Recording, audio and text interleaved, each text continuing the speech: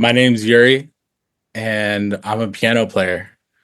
And I started playing piano pretty young when I was like 7 or 8.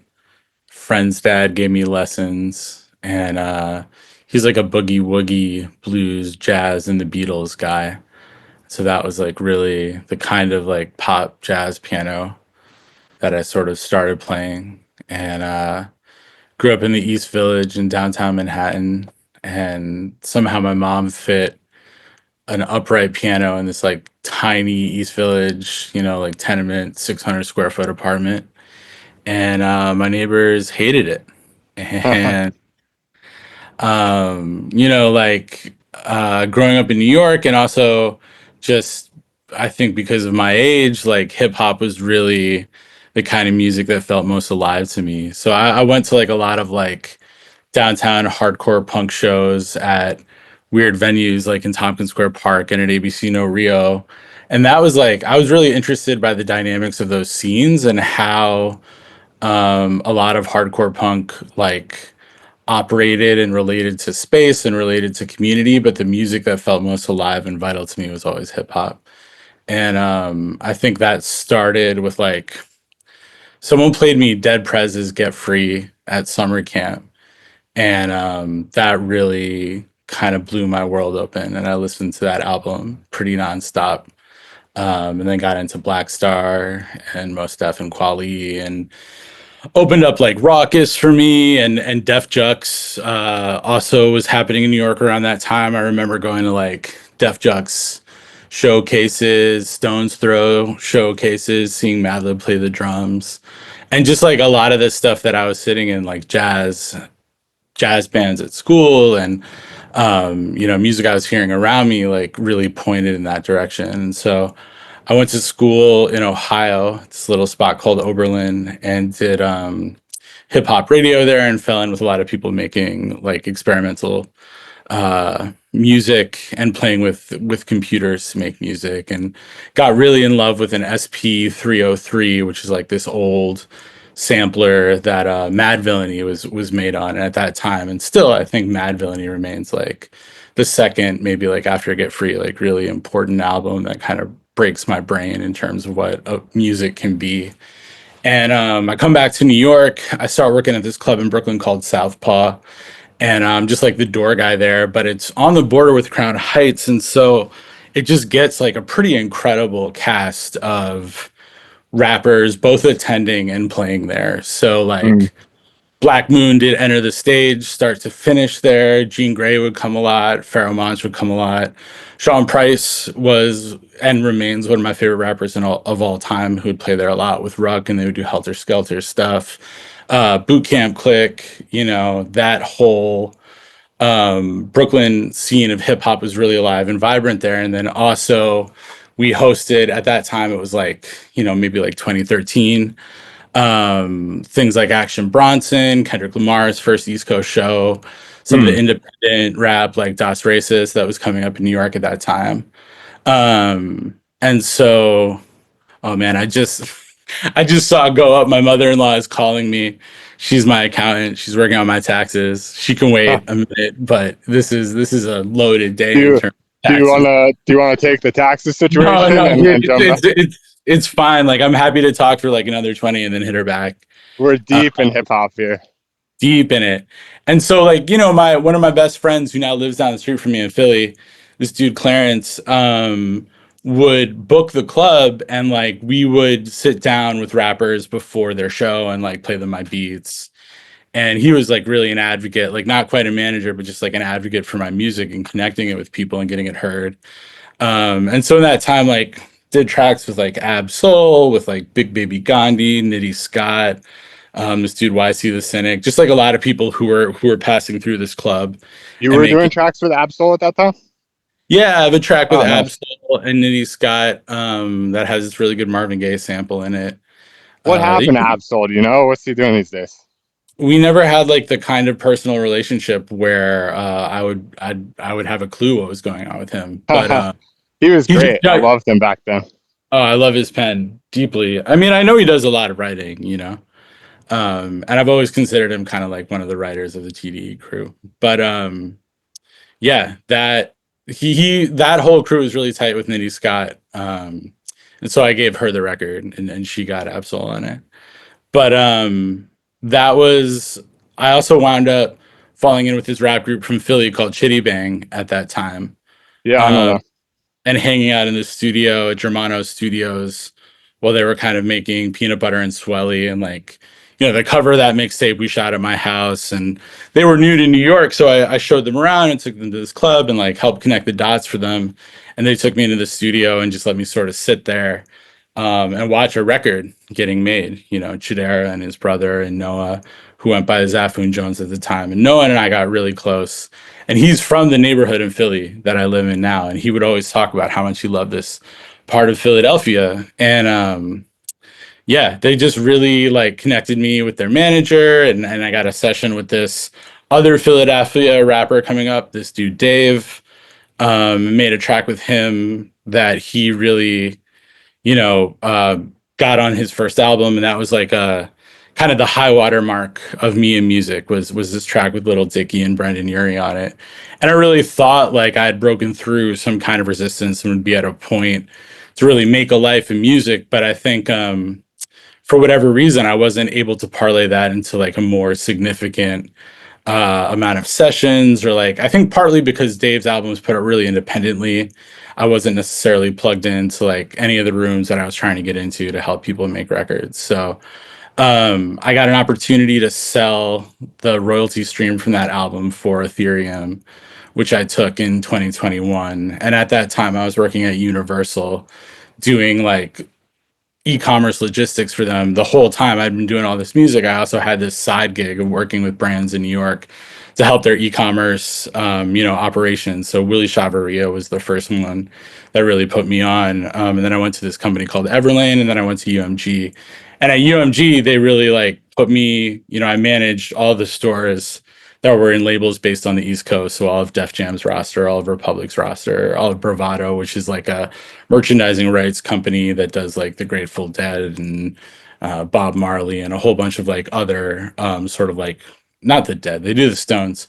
The Dead have like a weird situation. But anyway, that was like a pretty crazy run. It was for when Donda was being released, like managing that Shopify store, when Folklore was being released. And like, one thing that clicked for me there is that that whole team and that whole environment really saw NFTs as they came out as like a piece of e-commerce. And that's still like kind of the mindset that I think of them in. And so, I got curious obviously because of what I was doing about NFTs, and tapped in through Noah with some people who were starting this DAO called FWB, and had a meeting with them. They told me, fuck your job at UMG, fuck UMG, come at FWB, have fun with us, mint NFTs, go mint something on Zora. That was like a week before the FWB roll hack, which was like this very crazy event in which that token saw a lot of action. And so very quickly, like I was thrown into the super volatile world of a tokenized community in a Discord. And that was my home for like most of the pandemic, and made a lot of relationships and helped a lot of people launch projects from the NFT general chat of FWB's Discord. And then from there, just worked on more and more NFT projects with friends, and then got pulled into. First, I worked at the Spot Medallion that the homie Derek Davies was doing. That was working on musician fan communities.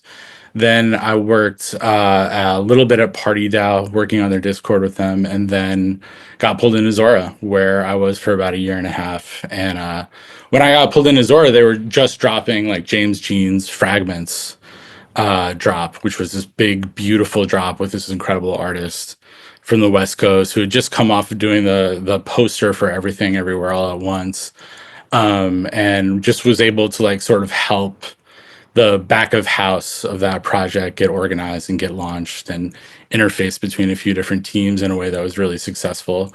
So joined the Zora team, and Zora has evolved so dramatically since that point in time. It's kind of crazy to think of like what they were, and what they are. And so it was just a wild ride. I learned a ton from that team, really incredible people.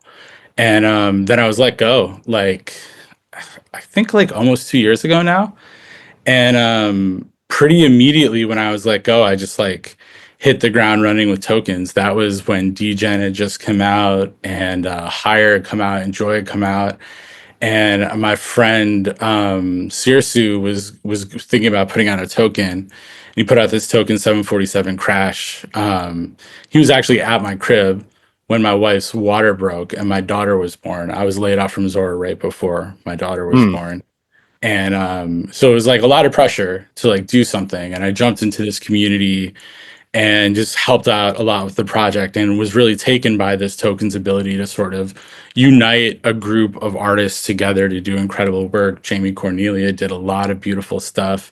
My friends Emily and Drew put out this zine that has writing from Ruby Justice and Daisy and all these really, really like top tier thinkers. And I was just blown away about how much momentum we were able to get through this tool of the token. And young Algo made this sick video game, this flight simulator where you always crash, and it was just like, seriously made merch that is super sick. And I was kind of like, wow, the incentives around this token really like lined up, and we accomplished like some things in a few months that it would have taken in 2021, like a tokenized community, like years to get off the ground. And that was really inspiring. But I think a lot of those tokens kind of had a moment that aligned with the market, and then the market just sort of went another way for a period of time, and none of those projects stopped inspiring me. But I think the energy that they were able to pull from some of the market dynamics that were the wind under their wings was just like not hitting in the same way.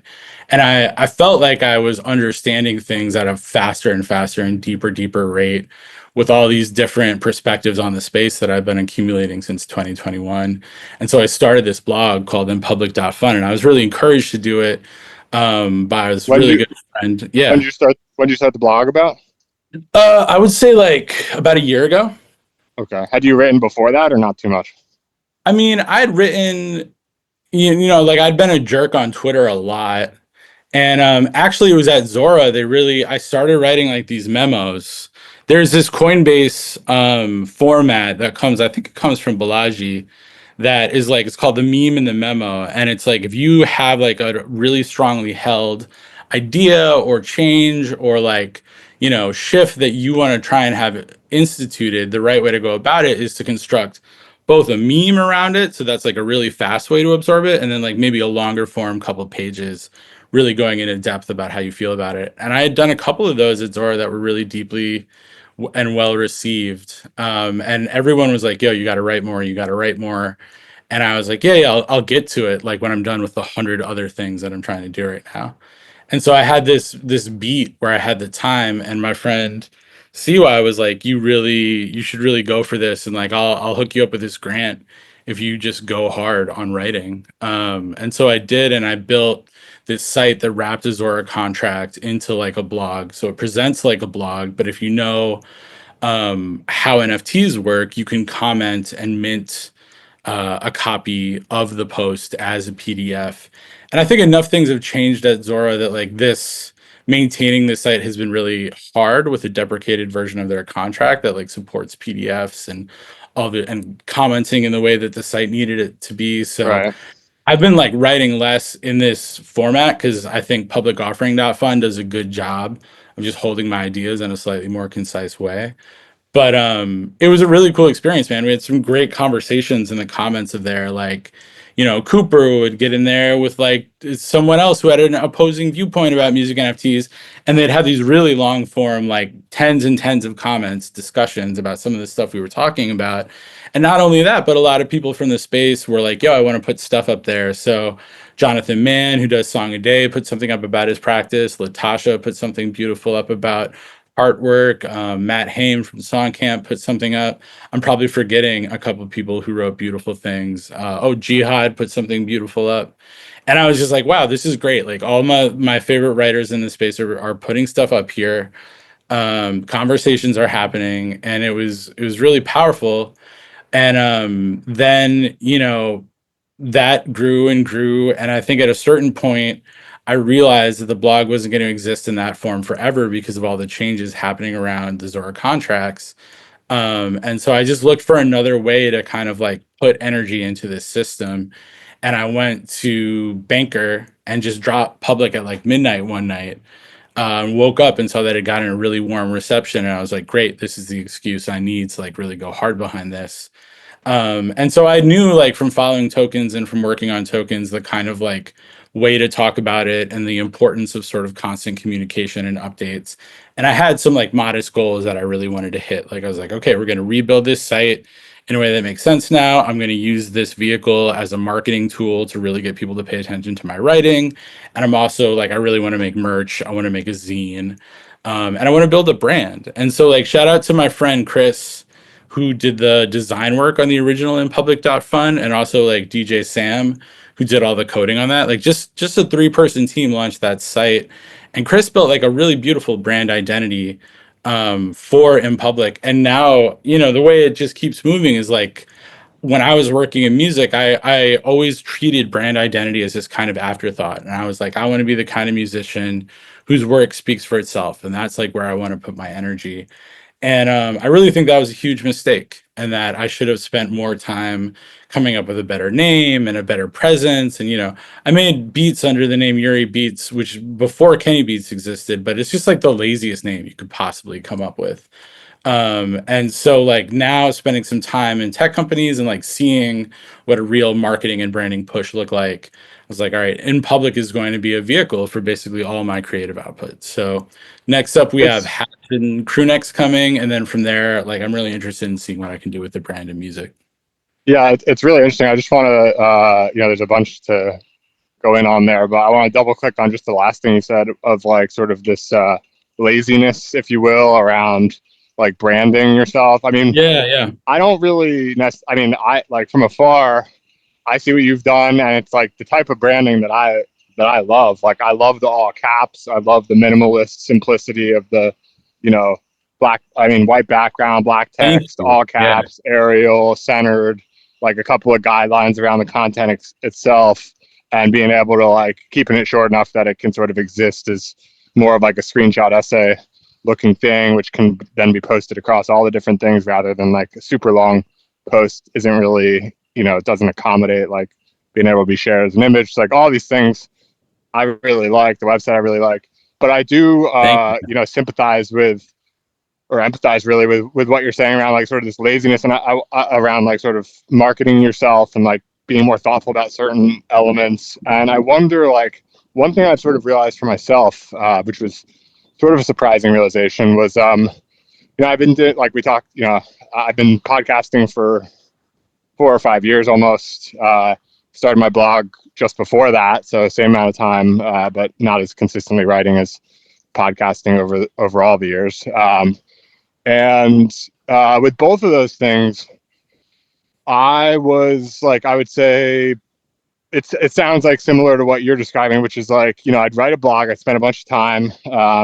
And to be fair, like my approach to writing is very light editing and, you know, try to be prolific basically. Like, I want to get all my ideas out, and I don't really care if they're like perfectly tailored. Like, I just want to get them out. And so like, I spend a lot of time in that, like, writing, no matter what you do, takes time. And then I would just like post the link. This was before like Twitter was like, you know, shadow banning links or whatever. I just be like, you know, new blog post, and then like the link, or like, you know, the title of the blog post, and then just the link. And like, no clickbait, no like summary or spark notes. Or with my podcast, there's no, you know, I don't do clips. I don't spend any time on the post production because I just don't like it. Like, I want to, with podcasting, like I just want to have a conversation. I like, you know, these conversations, like I mentioned with Purple People, have been a little bit more spontaneous, which I think there's lots of, you know, benefits to. But previously I used to, there's podcast episodes I've spent 50 to 100, 100 might be a little steep, but 50 plus hours for sure on multiple episodes, like preparing for, you know, a 1 hour conversation. And so obviously I like that part as well. Like, you learn a lot, you get to know someone really well, you get to understand what they built, how they built it, why they built it, etc. Like, podcasting has been a cadence for learning for me in a lot of ways, where you have like sort of a week to prepare for this thing, and then it's on to the next. And so anyway, like I spent all this time, and then whether it's writing or podcasting, I just like, it just doesn't feel good to me to like go really hard on like the sharing of it for whatever reason. And then the Sure. surprising learning was like with doing an NFT collection with base colors, or now, you know, QRcoin.fun and some other things along the way. Like when the product is significantly enough separated from myself and just like my ideas, Yep. and it's really more of like sort of its own thing than just Yeah. my perspective, whether that's through writing or podcasting, even though podcasting really isn't even about, I mean, it's mostly about the guest. But regardless, like those things, I don't really feel good pushing. And the other things that are less attached, like they're not quite as much just like, it's not me pushing my perspective onto people. I feel fine Yeah. to share. So that's been sort of an interesting realization. I wonder if you've had any of that No, sort of I separation of different things that, yeah, you know, where you're I comfortable. agree. I agree so deeply. Like music was such a deep part of how I constructed my identity. And like, you know, like an artist name was like such a personal thing. I don't think I had an appropriate amount of distance or separation from it to really be objective and make like really sharp decisions. And in public is like the first time where I've like very consciously created like a style of speaking or a brand voice that is different from how I'm speaking right now. And Mm, like very consciously created, you know, like in public is supposed to be like, it's not the all caps isn't yelling, but it's someone who like really means it. And it has like a sense of urgency around how the media landscape is changing right now and the things it's talking about. And you know, it's very rare that I would like encounter a person and speak to them in that tone. But I right. think it's an effective tone to cut through on Twitter.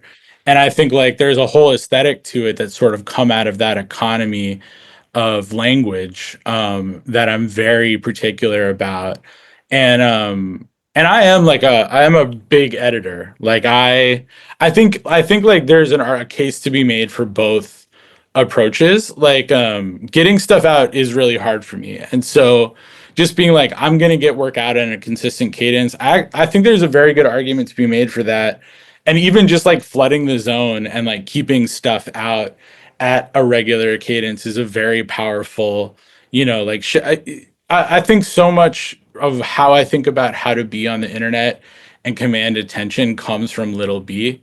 And I think Little B is like probably one of the most important undersung geniuses of media in the modern age. Like So wait, he was can you like, expand on this? Because this is not immediately obvious to me at all. I mean, I'm familiar with yeah. Lil B, but yeah, go on. Well, so Little B, like, you know, like Wayne's thing of like, I'm just gonna get in the booth and like spit. Like Right. Little B would do that, but in a way that was like very emotional and not very unrefined, very few edits. And he put out like just an insane volume of work, an insane volume of mixtapes. And he would start calling like his work rare, or be like, yo, this is a rare. He had this relationship to the digital objects that sort of predates NFTs but foreshadows them in a way. And Interesting.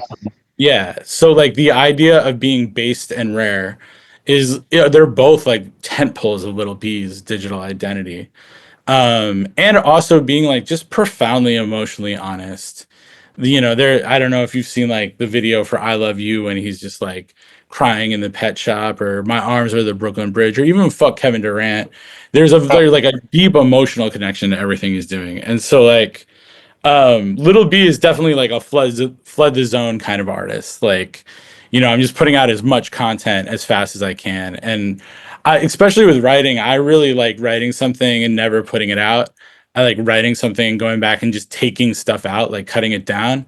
Most mm, in public posts start with a lot of like, you know, I think this or I believe that. And it's like I take a an axe to all that stuff, and I try to right. really just only have the most necessary pieces of language. It's a big like strunk and white, you know, kind of like principle. And yeah, I just the elements of style is their like formative work about writing with style, and I just take all that stuff really seriously.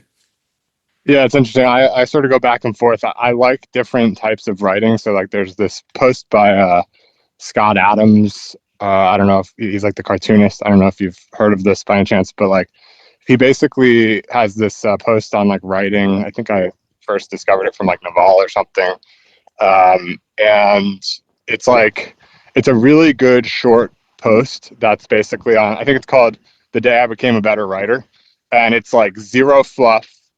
I don't really remember like the details of his rules, but it's basically like keep it as brief as possible, get to the point. Like, um, he swung the bat is better than the bat was swung by him. Like, there's basically Yeah. just like a few very specific things, and the whole thing is in the style that he's describing. So, like, more so than the rules, you can just sort of read it and like pattern match to like what good writing is by his definition.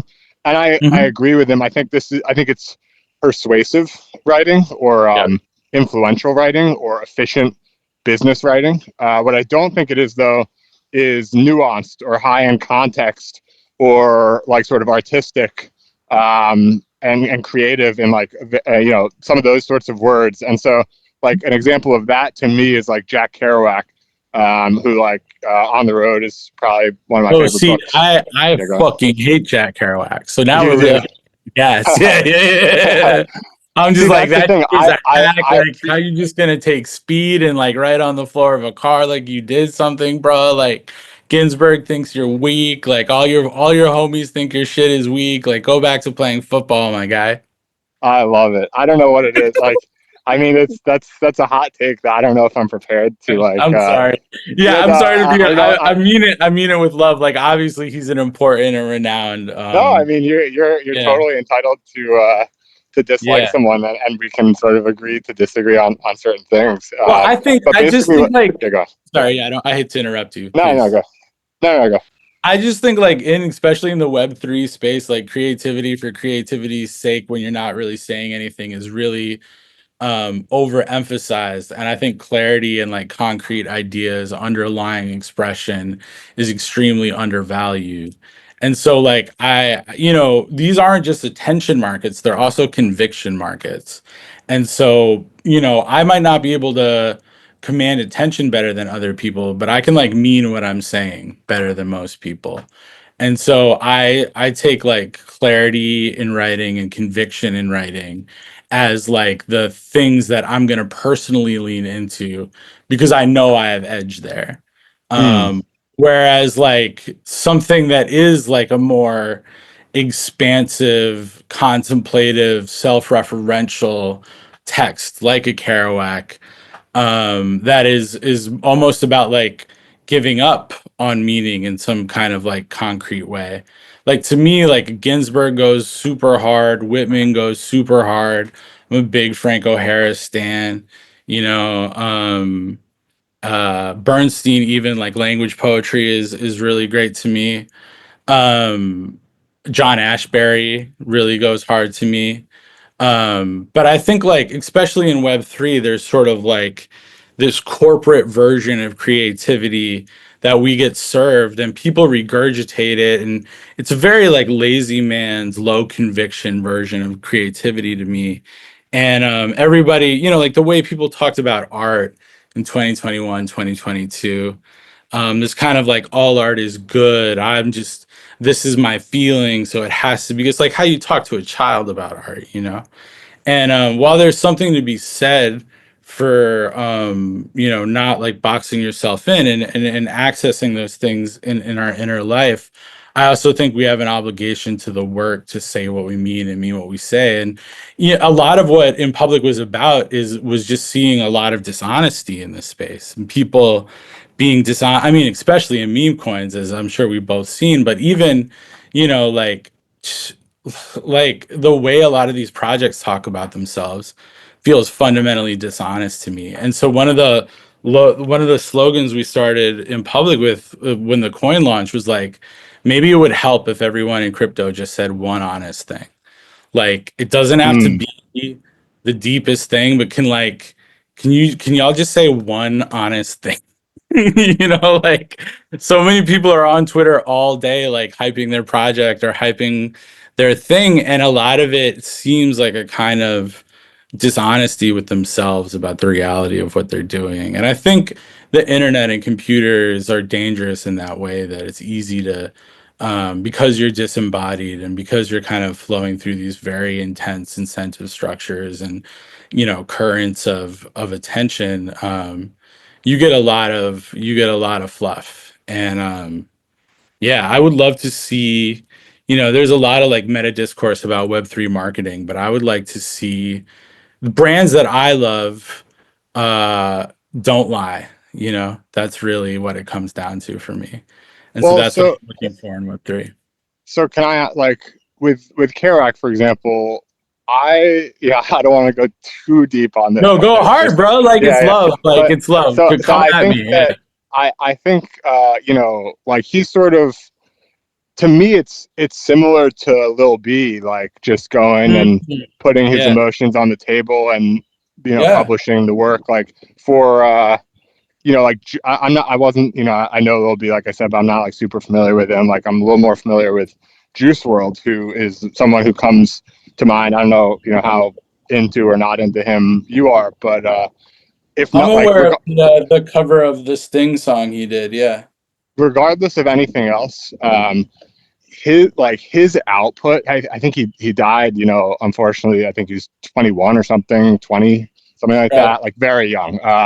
And he has so many songs, like it is Mm. outrageous. Like I have no idea how he, like, it's so out of bounds compared to other artists that, especially like just any rappers that like I know, like they've got a bunch, handful of albums. They've got some mixtapes before that. They've got some like stuff that's maybe only on SoundCloud or whatever. But Mm. like this is out like on the order of like 1,000 songs, and he died when he was like 21. And like I don't know what age he started making them, but you're thinking it's like he must be making like multiple songs on a lot of days, and it's just kind of crazy, and it's super emotional stuff. Yeah. Yeah. Yeah. Like that he, you can sort of hear the emotion in his voice and whatnot. Um, and a lot of drugs there and things as well. But all that said, like to me, I sort of I have a hard time reconciling this, um, sort of the truth versus the concise. Because to me, Mm.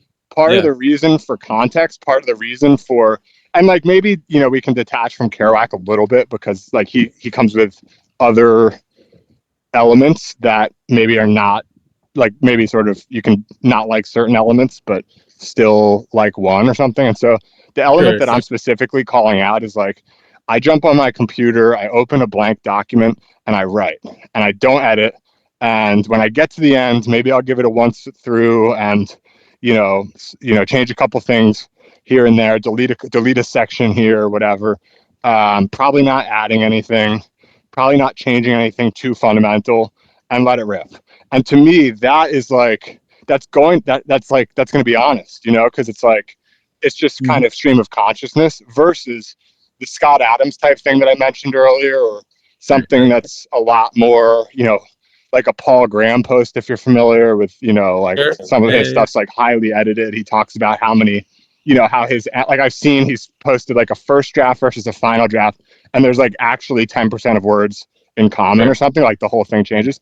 To me, it's like I respect the desire to iterate towards what you're trying to say in the most effective way possible and get that communicated as efficiently as possible. Like, and I think I actually lean that way, like naturally. Like that's how I'm sort of like, I'm kind of like, I try to be very effective with my language, and especially in Yeah. like sort of you're trying to get something done context, like work sort of Yeah. thing. And so I think for that reason, because that's the way I'm sort of naturally wired, the ability to sit down and just let it rip for a while is like really enjoyable, and I really respect Yeah. that sort of other pole as well. So like, don't get me wrong, I'm not like advocating for one over the other, just sort of like acknowledging the differences. Yeah. Yeah. And yeah, so that's Yeah. sort of my two I think cents there. that's insightful. And honestly, like I do struggle with getting stuff out a lot of the time. Like I've had a period of the last few years where I've really struggled to make music that I feel like I want to share. Can And I, so there are definitely drawbacks to the kind of way I approach this. And I don't think right, like you're saying, I don't think there's a right or wrong way. It's just about the person sort of like finding the path to the kind of thing they want to be putting out. And there's a really good argument for volume, and there's a really good argument for context. I just like, I think a lot of where my attitude comes from is knowing myself and knowing where I can personally be distinguish my Right. work, you know, like In Public has a brand voice that is different than a lot of the ways that people talk about coins. And I don't have like a lot of technical chops. I don't really have any technical chops. So I have to like approach that project with a sort of strategy of differentiation Yeah. uh, with pretty unsophisticated tools. And so that's like where my thinking about a lot of this comes from. But I think there, like, you could do the same, you could achieve the same thing in the other direction. It would Right. just be harder for me personally to be that person. Yeah. uh And you've got to line it up with what you're, going to that be what best you're suited to thinking, do. yeah, Yeah. exactly. No, I totally get that.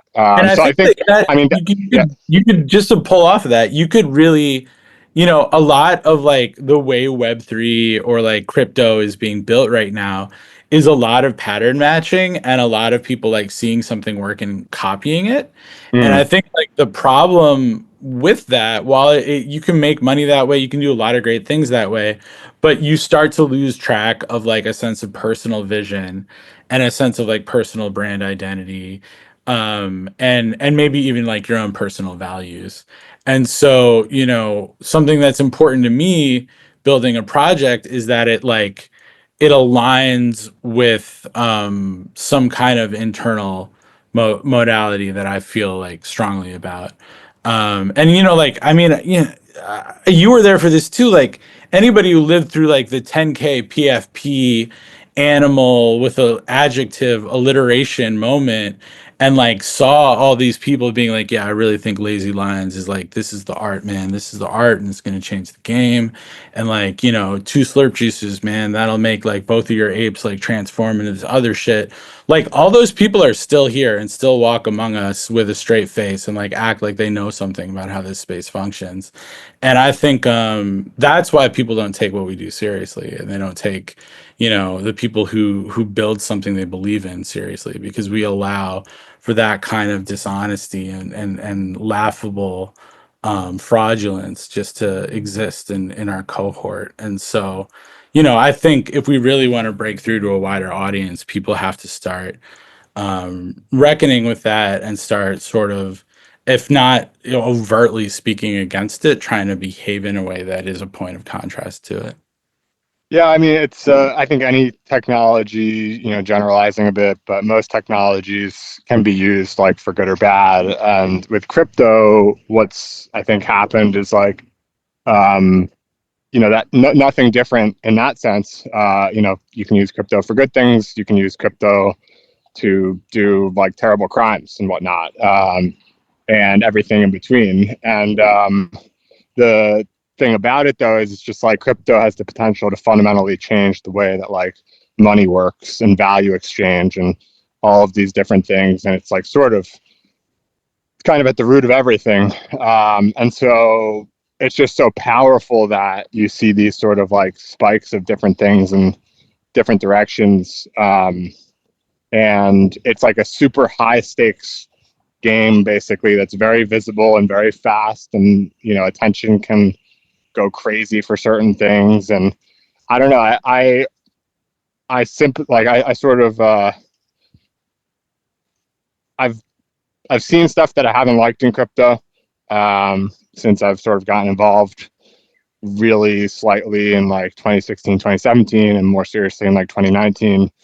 um, but I still believe in it being something that can be fundamentally positive in its impact in the world, despite all of the things that are being done with it that might not be so good or might give the space Yeah, a bad yeah. I rap. I mean, mean, I think even like NFTs as a whole, like I don't know, I feel like they went so nuts and then crashed so hard that they're almost just like untouchable for the mainstream. I feel like the mainstream just knows them as this thing that came on so hard and then died so fast that they're like, I almost think that non-fungible tokens actually need a rebrand in order to become popular again, in a sense, like where they just, I mean, non-fungibility is non-fungibility. It is what it is, but they might like actually need to be called something else in order to even have a chance of coming back in the mainstream. That might be totally wrong. I mean,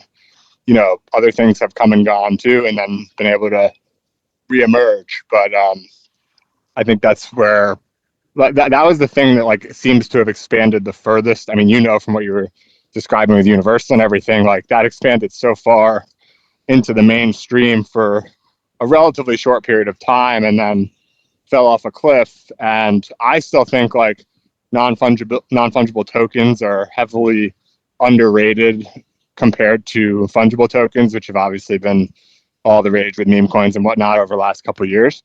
But it's, they've got to come back in some other form, basically. Yeah, I mean, it should be apparent at this juncture that like my personal brand is like being a hater.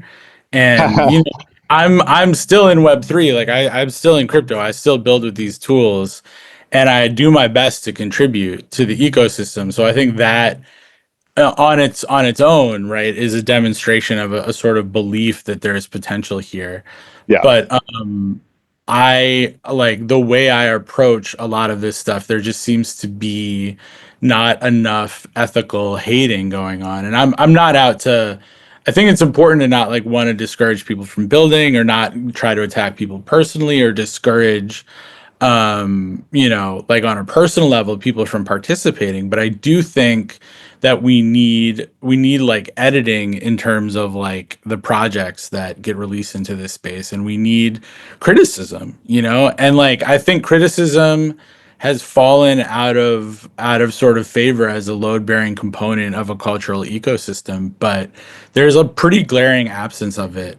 And like nobody really will believe you if you're like, I think this meme token is really revolutionary. I personally think QR coin is like a really genius concept, and I love it, and I'm trading it, but like it's difficult to advocate any coin, and be taken seriously because there's so much just like toxic positivity and nonsense Well, in forums where we talk about this stuff. so one thing that's interesting there, because I generally agree, but like with Bitcoin, one of the things that is kind of astonishing to me, like looking back, is that if you believed in Bitcoin, becoming what it has become, or even, what it could become from here, like world reserve currency type of thing, but even just forget about any future growth from here. If you believe that Bitcoin would be $1 trillion asset in like 2010, 2011, 2012, 2013, even like that was insane. Like that was delusional, like completely Totally. delusional. Yeah. Yeah. Um, Yeah. and yet these people were right. And Totally. that's something that I like sort of come back to quite a bit because I think that's true of, outside of crypto, but also including crypto, but that's true of like a lot of startups. I think the founder has to be somewhat delusional. And I think that's also why you see a lot of startups. I think this is sort of like an over-indexed upon thing, but there are a lot of founders of amazing companies that did it when they were that started them when they were very young. You think about Zuckerberg, you think about, Vitalik, or, name your person. But then for every one of those, you've got, McDonald's founder started when he was like 50 or 60. Obviously, that's an older example, but Bezos started Amazon when he's like 31, 32.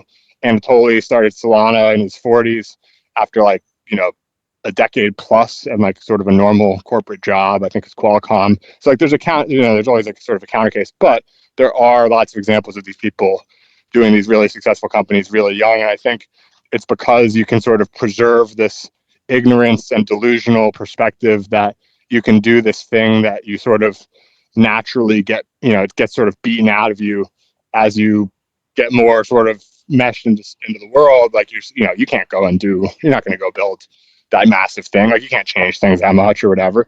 And so, yeah, it's just sort of like an interesting thing to try to reconcile because it basically says that there is value in being delusional. And, what do I mean by delusional? It's like, it's just or delusional, it's illogical, it's irrational, it's unreasonable.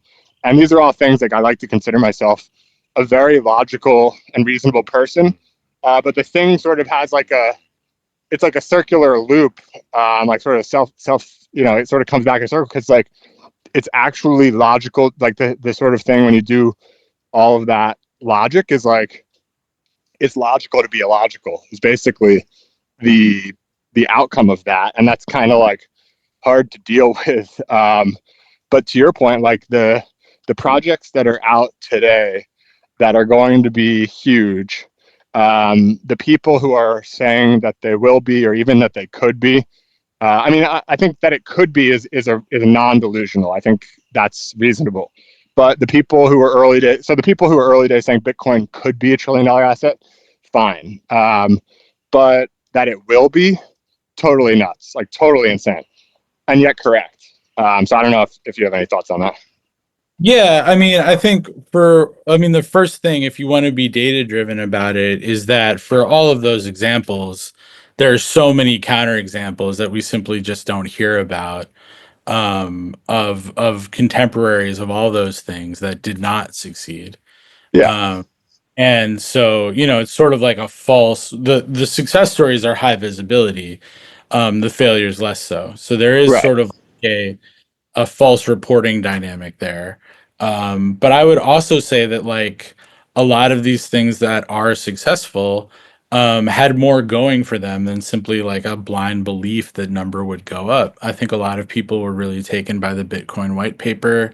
A lot of people found it to be like a deeply philosophically and intellectually stimulating asset in a way that other assets that were contemporary with it, were more fundamentally just sort of composed of a stubborn, belief that number would go up. So, I mean, you can construct the narrative that way backwards, but I think there's an equally compelling argument that like valuable things accrue value. Good founders build good companies, and people believe in themselves because they know what they're capable of, rather than, I think like belief in a good idea, conviction around a good idea, is not necessarily the same as like, an indifference to criticism. I think the criticism is profoundly necessary, and one of the ways that I know that I have conviction around a good idea is if I can hear the criticisms of it and still come out of that conversation with a deep conviction, Right. um, that that's where I want to put my money or my energy or my time. So, I don't really put credence in the idea that you should like silence the negative voices around any of these things. I think you should let them in. And, if you can emerge from them still with conviction in what you're doing, then that's a really great signal that you're doing the right thing. Yeah. No. So I see what you're saying, and like I think we've sort of bounced the point back and forth a bit. Like it's not like there's going to be necessarily like concrete answers on these things, but I know we're like well over the scheduled time and want to sort of wrap things up. My last sort of thing, and obviously if there's anything else you want to harp on, let's do it. And I know you've got what was it? Your aunt is waiting for someone's waiting for a call My back on mother-in-law and I are your gonna, yeah, mother-in-law. we're working through our taxes, man, and it's, yeah, it's one of those years. In that case, maybe you'd rather stay on the call. It doesn't, Yeah, those are right. not my She's favorite. the best. Like honestly, I'm so grateful that she's in my life and cares about this stuff. It really makes a Oh yeah, difference. no, that was no shade on mother-in-laws. That's Yeah, shade yeah. on taxes, Shout out basically. Ronnie. Killed it with the brisket this week as well. Just a you. Nice. So I think one place to wrap is with in public. Like the thing that actually drew me, like obviously the caps got my attention, and I just like the general things being Thank you, man. written. But it's actually just the word public that's sort of like Mm. it's helpful. You talked about like the meme and the memo earlier. The simpler you can sort of get someone's attention to, for basically the right person to realize like, oh, or the right people to realize, oh, this is something that could be for me. To me, it was like a 1-2 punch of here's all caps and the thing's called public. like I love caps and I love doing things in public, and Yeah, I just remember being that. more public. I love that conversation, dude, where you were like, "I've been all caps, like I've been doing this in public," and you had a really beautiful reasoning about why you like to work in public and the things that attracts and brings in, and that really resonated with me. And dude, you're I gonna, had I mean, receipts. oh I had yeah, receipts. yo, you got the receipts. You're gonna love this crew neck, man, because I took like this paragraph of text about media distribution and just jammed it on the back of this crew. Oh And man. it's like what's more public than tweeting, like putting it on my back and like walking around, you know, like that's the next frontier. So I'm gonna send you some of this stuff when I get the samples. So the uh merch drop is incoming, right? yeah, It's not out there. my guy Dustin, who works for Willie and does all of his blanks and sample sourcing.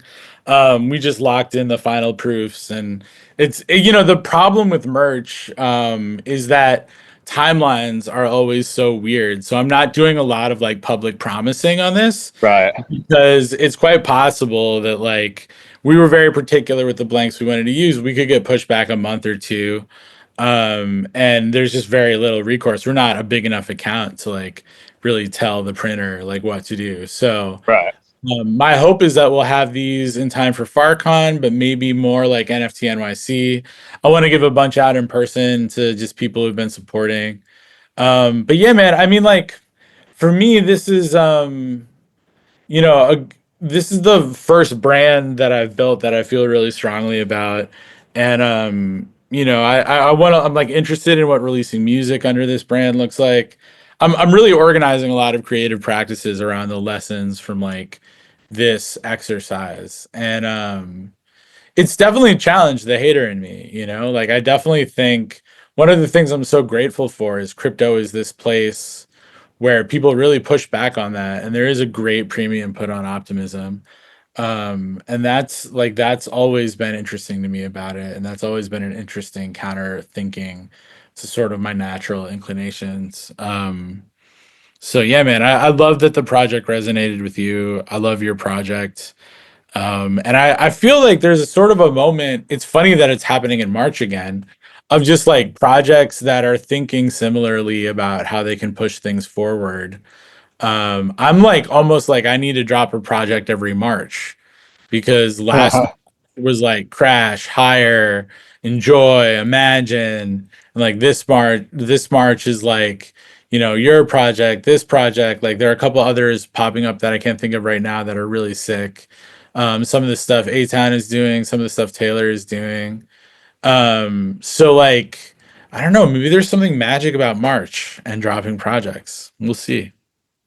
Yeah, it's interesting. I just like sort of got introduced to both A Town and Taylor's work within the last month. That's one of the cool things about doing stuff like this too.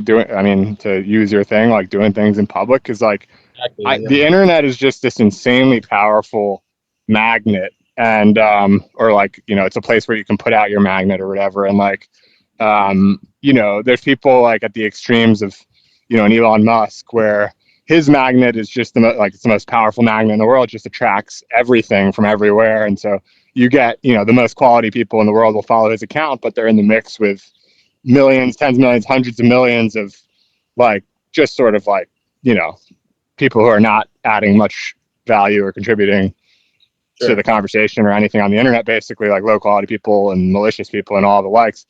But for someone like me, at least, like my experience so far has been pretty incredible. I think it's partly just because I'm sort of under the quantity threshold at which you start attracting a lot of the bad Right. stuff or whatever. But like the quality of people, I mean, yourself included, and Taylor and A Town and all the sorts of people I've had like on my podcast and whatnot, like there's just, it's remarkable to me. I mean, earlier today I was actually talking to Gayatri, who did the public offering site. Yeah, Um, Gayatry's great. I'm talking to them literally right now because the site broke because of a gas issue, but they fixed it so quick. Shout out to Gayatry. yeah, so she's great, and she's in India, like, and the fact that I can, you know, meet these people, like I met her on Farcaster, I meet other people on Twitter, and like Taylor's out there putting QR stickers up in Brooklyn. Obviously, it's a more familiar geography for me, but even still, it's just so cool to me. And so if for no other reason, like even if your project's going to fail, you put yourself out there, you do something cool, you do something that resonates with you, and it will resonate with others like you who you'll then get along with. And you get to sort of meet these people. And I've only really been doing things on the internet, which to me, the internet is like public and the internet are basically equal. It's hard to do anything in the physical world that is as public or even close to as Yeah, public yeah, as doing things on the internet. And so the two are totally. almost synonymous. And I only started doing those things in like very late, like December 2019, I started my blog. January 2020, I got on Twitter, and 6 months later, I started my podcast. And that's sort of like my Yeah. foundation of my doing things on the internet.